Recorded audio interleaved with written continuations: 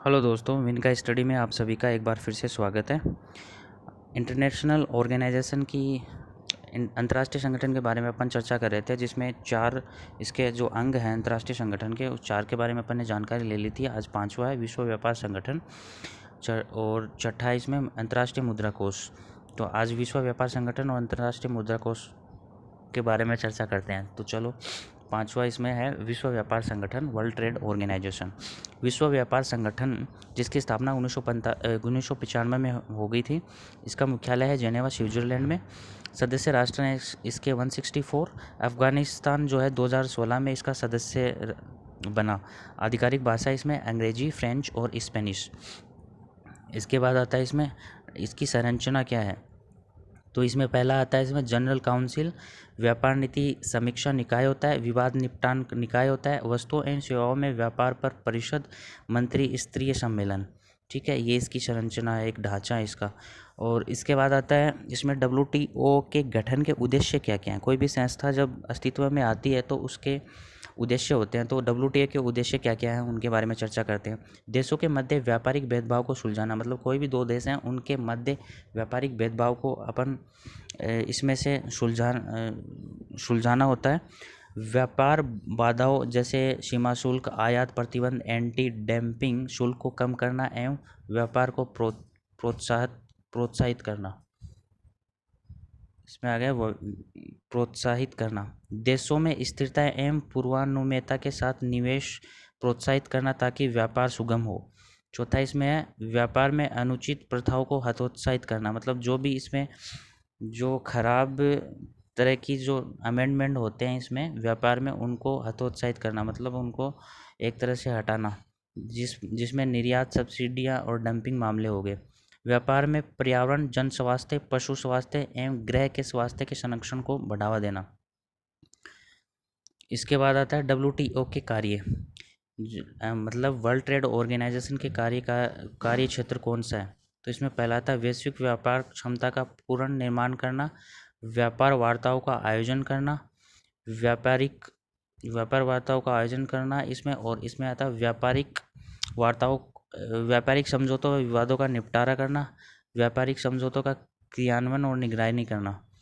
इसके बाद आता है इसमें WTO के समक्ष चुनौतियाँ क्या क्या हैं, मतलब वर्ल्ड ट्रेड ऑर्गेनाइजेशन के सामने कौन कौन सी चुनौतियाँ हैं। निर्णयों में व्यावहारिकता का अभाव होना, मतलब जो भी ये निर्णय लेता है वो सही ढंग से इम्प्लीमेंट नहीं कर पाता है, तो ये इसकी एक सबसे बड़ी समस्या है।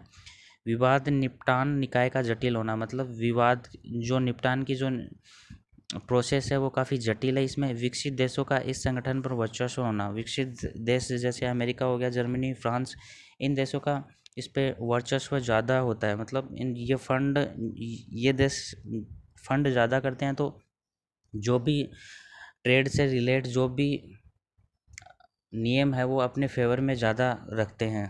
तो इसकी वजह से ये भी एक बहुत बड़ी इसकी समस्या है, चुनौती है इसके सामने। इसके बाद आता है शीघ्र निर्णय का अभाव होना, मतलब तुरंत इसमें कोई निर्णय नहीं होता। मुद्दों के समाधान की जटिल प्रक्रिया का होना, अगेन वही चीज़ इसमें है।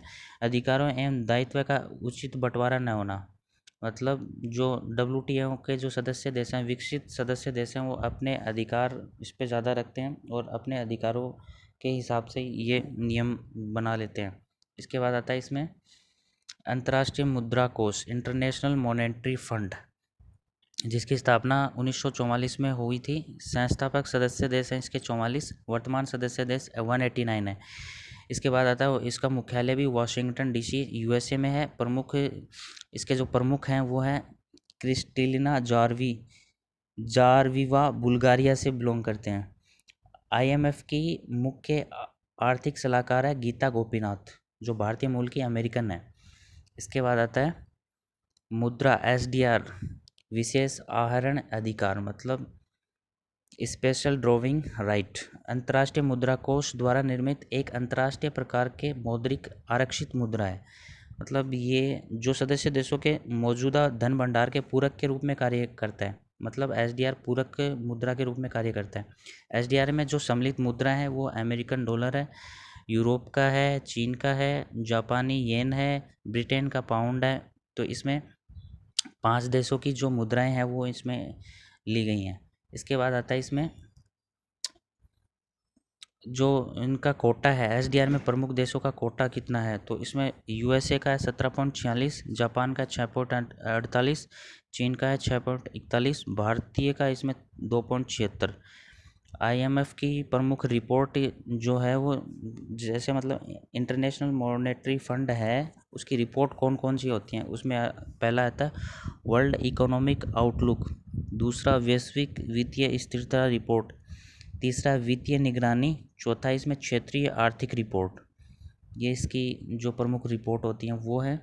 इसके बाद आता है इसमें आईएमएफ की ऋण सुविधाएं कौन कौन सी है, SBA state board arrangement, FCL flexible credit line संरचना। इसकी जो आईएमएफ की संरचना है वो बोर्ड ऑफ गवर्नेंस, आईएमएफ संपूर्ण शक्तियाँ बोर्ड ऑफ गवर्नेंस में होती हैं। बोर्ड ऑफ गवर्नेंस की बैठक के वर्ष में एक बार होती है। Board of executive directors board of governance की शक्तियों का उपयोग करते हैं। प्रबंध निदेशक इसमें है, अंतर्राष्ट्रीय मुद्रा कोष के दिन प्रतिदिन के कार्यों को संपन्न करता है। मतलब ये अंतर्राष्ट्रीय मुद्रा कोष है वो ये दिन प्रतिदिन के कार्यों को जो संपन्न यही करवाता है। इसके बाद आता है आईएमएफ के कार्य, विभिन्न देशों के बीच विनिमय दर की व्यवस्था को सुनिश्चित करना। मतलब कोई भी दो देश हैं उनके बीच विनिमय दर की जो सुविधा व्यवस्था है उसको सुनिश्चित करने का काम भी आईएमएफ का होता है।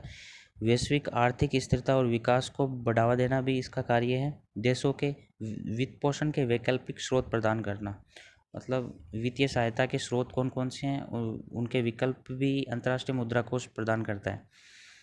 तो दोस्तों एक बार फिर से विनका स्टडी की तरफ से आप सभी का बहुत बहुत धन्यवाद।